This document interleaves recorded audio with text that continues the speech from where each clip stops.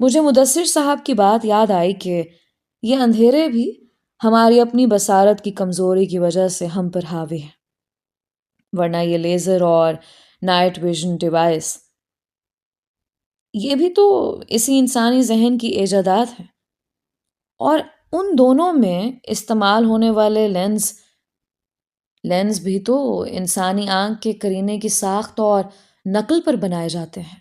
اگلی صبح ہمارے جلاد روشنی ہوتے ہی ہمارے سروں پر موجود تھے۔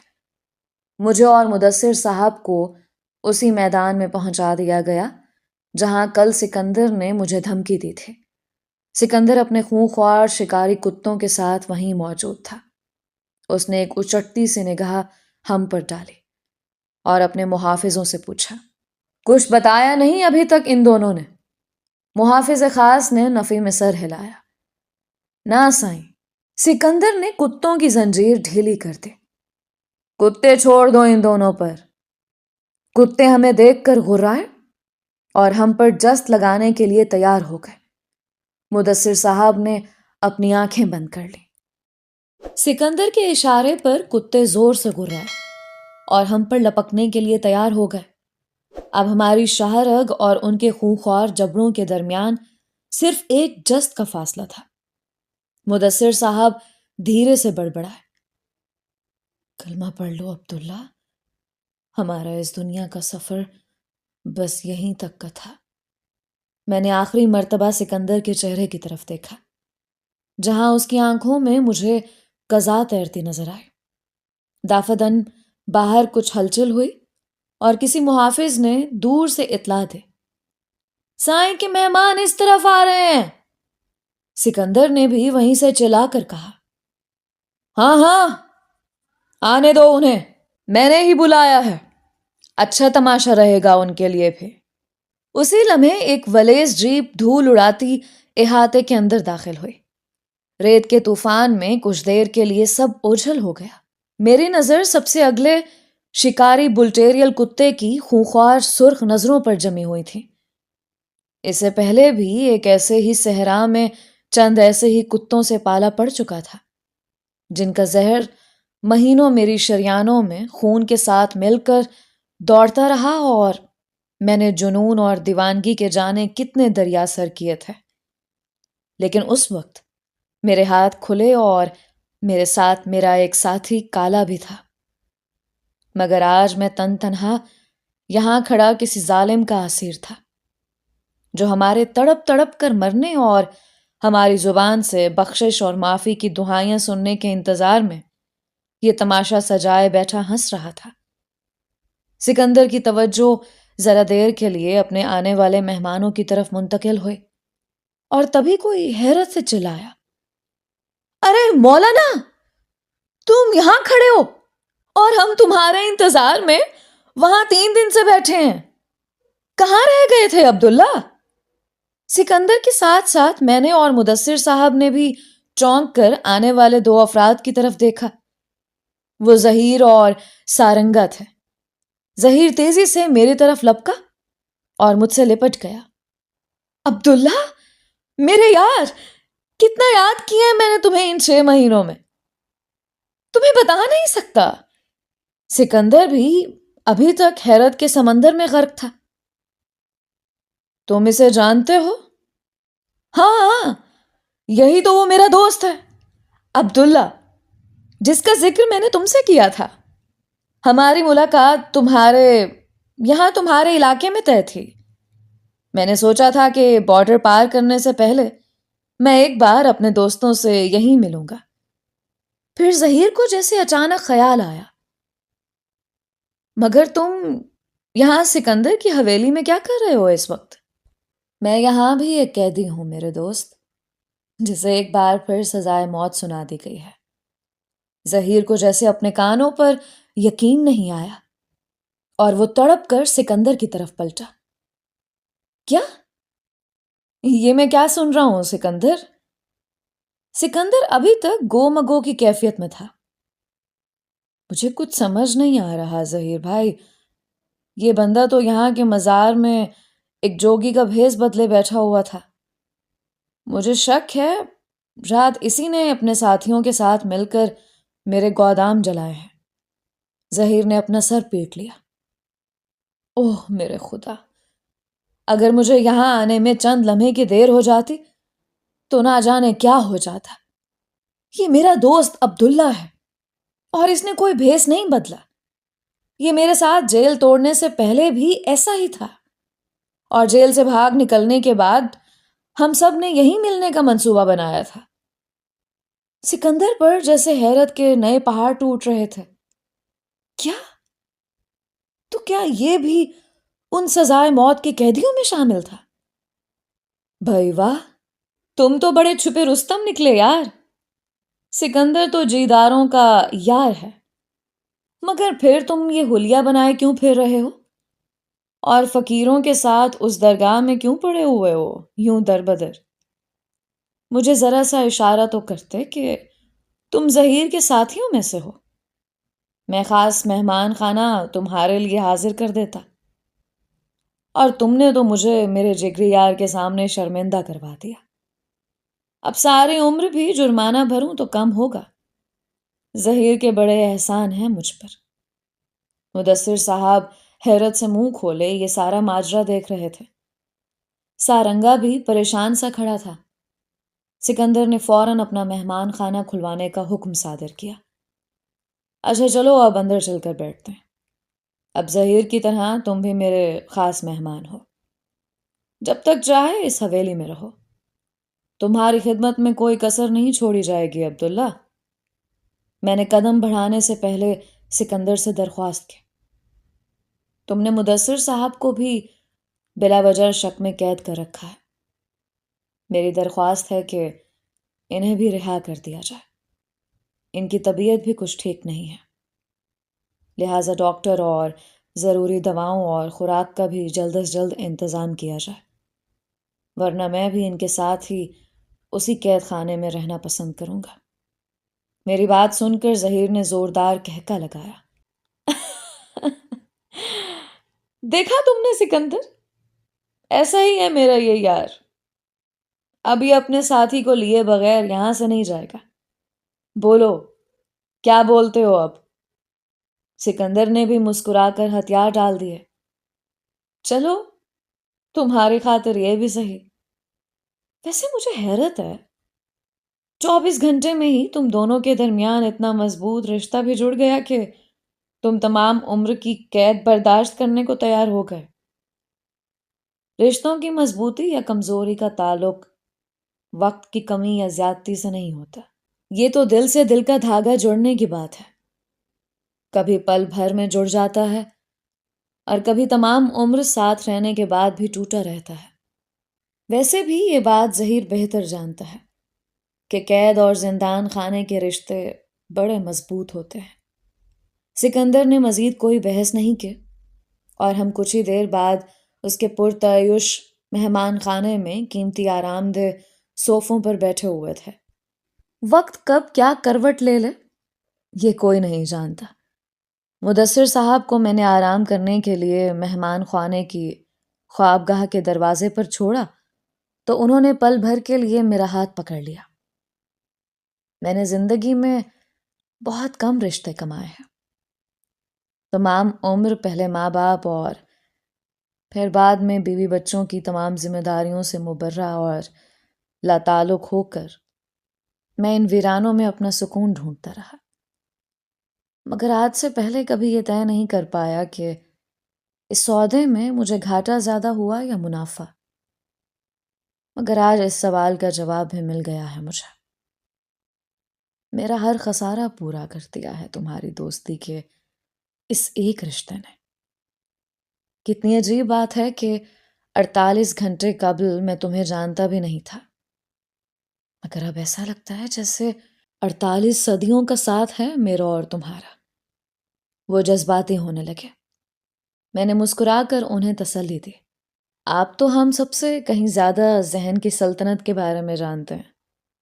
دل اور دماغ کے اپنے کلیے اور اپنے ہی قانون ہوتے ہیں صاحب، خاص طور پر گزرتے وقت اور نئے بنتے جڑتے رشتوں کے بارے میں۔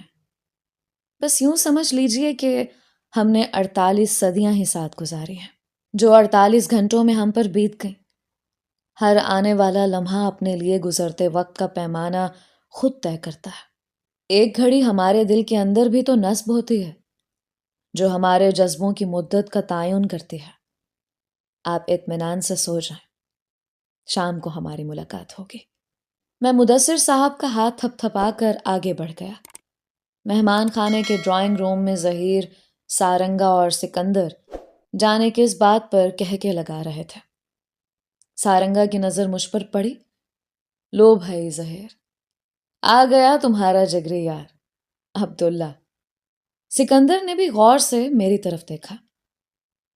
ایک بات کی تو داد دینی پڑے گی تمہارے دوست کو ظہیر بھائی، میں نے اس کی آنکھوں میں خوف نہیں دیکھا۔ ہمیشہ اس نے آنکھوں میں آنکھیں ڈال کر بات کی ہے مجھ سے، ورنہ یہیں اس صحن میں نے موت کے خوف سے لوگوں کو لرزتے اور کانپتے دیکھا ہے۔ ظہیر نے میری آنکھوں میں جھانکتی بے چینی پڑھ لی اور سکندر اور سارنگا سے معذرت کر کے مجھے لے کر باہر صحن میں آ گیا۔ میں نے چھوٹتے ہی کہا، بخت خان اب ہم میں نہیں رہا یار۔ تمہیں بگھے کی گرفتاری کی خبر بھی مل چکی ہوگی، لیکن مجھے کندن کا کچھ پتہ نہیں چلا۔ کیا اس نے تم سے رابطہ کیا؟ وہ آیا کیوں نہیں؟ کہاں ہے وہ؟ ظہیر بخت خان کے بارے میں سن کر وہیں صدمے سے ڈھہ سا گیا۔ میں نے مختصر لفظوں میں اسے مہرو کی کہانی اور بخت خان کی موت کے بارے میں بتا دیا۔ ظہیر بہت دیر خاموش رہا، پھر میں نے ہی خاموشی توڑی۔ اب جیل سے باہر صرف ہم تین باقی ہیں، میں، تم اور کندن۔ سنتوش اور بخت خان کا سفر ختم ہو چکا اور بگھا دوبارہ گرفتار ہو کر کال کوٹھڑی پہنچ چکا ہے۔ جانے اب اس کہانی کا انجام کیا ہوگا؟ ہم تینوں کی ملاقات کبھی ہو پائے گی یا نہیں؟ ظہیر نے ایک گہرا سانس لیا۔ نہیں، 3 نہیں 2۔ اب یہ ملاقات صرف 2 افراد کے درمیان طے تھے۔ میں نے چونک کر اس کی طرف دیکھا۔ کیا مطلب؟ ظہیر کی آواز مجھے کسی کنویں سے ابھرتی محسوس ہوئی۔ میرے پاس تمہارے لیے 2 خبریں ہیں، ایک اچھے اور ایک برے۔ بولو، پہلے کون سی خبر سننا پسند کرو گے؟ یہ فیصلہ میں تم پر چھوڑتا ہوں۔ برے پہلے سناؤ گے تو اچھی خبر کا اثر پہلے ہی زائل ہو جائے گا، اور اچھی پہلے سناؤ گے تو بری خبر اگلے لمحے میں ہی سب کچھ بھلوا دے گی۔ غم ہمیشہ خوشی پر حاوی رہتا ہے۔ ظہیر نے کچھ دیر سوچنے کے بعد لب کھولے تو جیسے ماضی کی ایک فلم میری نظروں کے سامنے چلنے لگی۔ اندرون شہر کی تنگ گلیاں، جڑی ہوئی چھتیں اور پرپیچ گلی در گلی راستے، بھاگتے شور مچاتے بچے، آسمان پر ڈولتی پتنگیں، اور ان میں سے کسی کٹی پتنگ کا بھگوان پورے کی چھتوں پر پھڑ پھڑاتے ہوئے کسی کھلے آنگن کے اونچے درخت کی خشک ٹہنیوں میں اٹکنا، الجھی ڈور کا فضا میں لہرانا اور کسی بچے کے کنڈے میں پھنس جانا، کڑھائی میں ابلتا دودھ اور بل کھاتی گرم جلیبیاں، مونگ پھلی اور جلتی ریت کی خوشبو، اور تندور سے گرم کلچے لے جاتا وہ بچہ۔ بگھے سنگھ کا سارا بچپن اس بستی کی انہی گلیوں میں یہ نیلی پیلی سرخ اور آسمانی پتنگیں لوٹنے میں گزرا تھا۔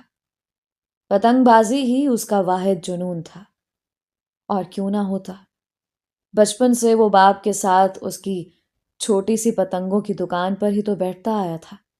گڈی، مانجھا، پنا اور ریل، یہی اس کے بچپن کے کھلونے تھے۔ اسکول میں کبھی اس کا دل نہیں لگا، اور چھٹی کی گھنٹی بجتے ہی وہ تیر کی طرح اپنے باپ کی دکان کی طرف لپکتا۔ بسنت کے دنوں میں تو جیسے اس کی عید ہو جاتے، دن بھر چھتوں پر ٹاپتے، پیچے لڑاتے اور گڈیاں لوٹتے رات ہو جاتے۔ بگھے کے ہاتھ مانجھے کی وجہ سے ہمیشہ کٹے پھٹے رہتے، اور ماں اسے مرہم لگاتے لگاتے رو پڑتی۔ باپ کی موت کے بعد بگھے نے دکان سنبھال لی اور پھر اس کا اوڑھنا بچھوڑنا ہی پتنگ بازی ہو کر رہ گیا۔ علاقے میں اس جیسا گڈی باز کوئی نہیں تھا اور بگھے کے مانجھے اور فضا میں میلوں دور لگے لمبے پیچوں کی چاروں طرف دھوم مچی رہتے تھے۔ ماں اسے گھر بسانے کے مشورے دے کر تھک چکے تھے، مگر بگھے نے تو جیسے انہی رنگ برنگی پتنگوں سے اپنا لگن پڑھوا لیا تھا۔ کئی بار گردوارے کے سنت نے بھی اسے سمجھانے کی کوشش کی کہ اپنے لیے نہ سہی، ماں کی خدمت اور چاکری کے لیے ہی کسی بسنت کور یا کسی گر پریت کو بیاہ کر گھر بسا لے، مگر بگھا ہر بار نہیں کر کے ٹال دیتا کہ ماں کی خدمت کے لیے وہ خود ہی کافی ہے، اور پھر اس کی ماں کی ضروریات تھی ہی کتنی، 2 وقت کی روٹی اور صبح شام اپنے پسندیدہ گڑ کی چائے۔ وہ گڑ جو بگھا ہر مہینے بوری 2 بوری بخشو پرچون والے کی دکان سے خصوصی طور پر اٹھوا لیتا تھا، سرحد پار گاؤں کا بنا ہوا خالص دیسی گڑ، جو اس کی ماں کو اتنا پسند تھا کہ اس کے بغیر گھر میں چائے ہی نہیں بنتی تھی۔ بگھے کو بس مہینہ ختم ہونے سے پہلے یہی فکر کھائی جاتی تھی کہ کہیں نئی بوری گودام میں ڈلوانے سے پہلے یہ گڑ ختم نہ ہو جائے۔ تبھی ان دنوں علاقے میں ایک نئے پتنگ باز کے نام کا چرچا ہونے لگا، جو کسی دوسرے علاقے سے اندرون شہر کی اس بستی میں آ بسا تھا، جسے لوگ گڈی پہلوان کے نام سے جاننے لگے تھے۔ اسے پتنگ اور مانجھے کی بڑی پہچان تھی، اور اس کا سوتا ہوا مانجھا بھی بڑا سچا تھا۔ رفتہ رفتہ آس پاس گلیوں میں گڈی پہلوان کے گھنٹوں طویل پیچوں اور تنابوں پر اس کی گرفت کے قصے اتنے مشہور ہوئے کہ بگھے تک بھی اس نئے پتنگ باز کی شہرت پہنچ گئی۔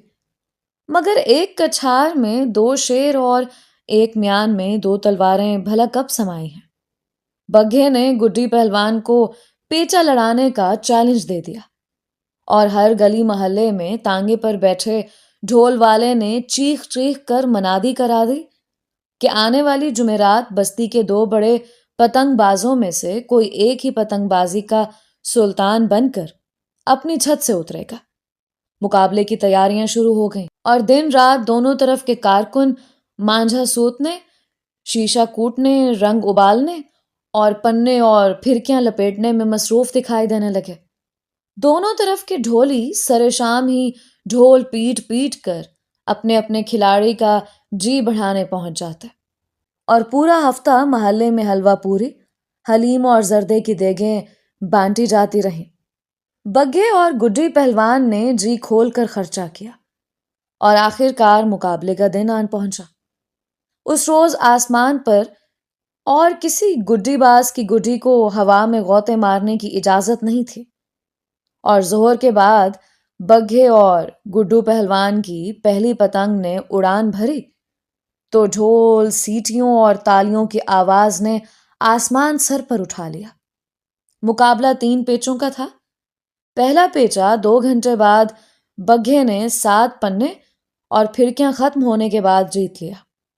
عصر سے پہلے دوسرا پیچا گڈی پہلوان کی پتنگ نے ایک الٹا غوطہ کھا کر اور بگھے کی کنیاں کاٹ کر اپنے نام کر لیا۔ دونوں طرف سے داد تحسین اور نعروں کا ایسا شور کہ کان پڑی آواز سنائی نہیں دے رہی تھی۔ اب تیسرا اور آخری پیچا شروع ہو چکا تھا، مگر پیچا تھا کہ طویل سے طویل تر ہوتا جا رہا تھا۔ دونوں کے دیو ہیکل بڑے گڈے آسمان میں اب صرف ایک چھوٹے نقطوں کی طرح دکھائی دے رہے تھے۔ ڈور کے پنے ختم ہونے کو آئے، پھرکیاں خالی ہو گئیں، مگر پیچا تھا کہ ٹوٹنے کا نام ہی نہیں لے رہا تھا۔ مغرب کا اندھیرا چھانے لگا۔ بڑے بوڑھوں نے دونوں کو سمجھانے کی کوشش کی کہ مقابلہ اگلے روز پر ٹال دیا جائے، مگر اب بات آر یا پار تک پہنچ چکے تھے۔ جلتی پر تیل چھڑکنے والے بھی تیزی سے ادھر کی خبر ادھر اور ادھر کی بات ادھر پہنچا رہے تھے۔ گڈی پہلوان نے کہا ہے کہ بگھا ابھی بچہ ہے اس کے سامنے۔ بگھے نے پیغام بھیجا ہے کہ گڈی پہلوان سے کہو چوڑیاں پہن لے، گڈی بازی اس کے بس کا روگ نہیں۔ گڈی کہہ رہا ہے کہ آج بگھے کی عزت کی ڈور بھی پتنگ کے ساتھ کاٹ دوں گا۔ بگھا سنگھ تو کہہ رہا ہے کہ آج پہلوان کی رسوائی کی رات ہے۔ مانجھے کی دھار سے زیادہ تیز اور نوکیلے پیغامات کا سلسلہ بڑھتا گیا اور دونوں کی پتنگیں آسمان میں کہیں کھو گئیں۔ پھر جانے تیز ہوا نے ڈور کاٹی یا ایک کی کنی دوسری میں ایسی الجھی کہ دونوں پتنگ بازوں کے ہاتھ میں خالی ڈور لہرا گئے۔ چاروں طرف شور مچ گیا اور دونوں ہی گروپ فتح کے نعرے لگانے لگے۔ ہار تسلیم کرنے کو کوئی تیار نہ ہوا اور رات تک بات اتنی بڑھ گئی کہ محلے میں باقاعدہ فساد شروع ہو گیا۔ ایک دوسرے کے کارکنوں کو گھیر کر مارا پیٹا جانے لگا۔ بگھا غصے میں اپنا پستول لے کر گھر سے نکلا اور دوسری طرف گڈی پہلوان کے چمچوں نے اس کے کان بھرنا شروع کر دیے۔ اچانک اندھیری گلی میں دونوں کا آمنا سامنا ہوا اور بگھے نے گڈی کو دیکھتے ہی سیدھا دل میں فائر اتار دیا۔ گڈی وہیں گر کر سرد ہو گیا۔ بگھے کو پولیس پکڑ کر لے گئی اور ماں دہائیاں دیتی رہی۔ پھانسی کی سزا سننے کے بعد بگھے کو بس ایک ہی فکر کھائے جا رہی تھی کہ اس کی ماں کا پیچھے کون خیال رکھے گا۔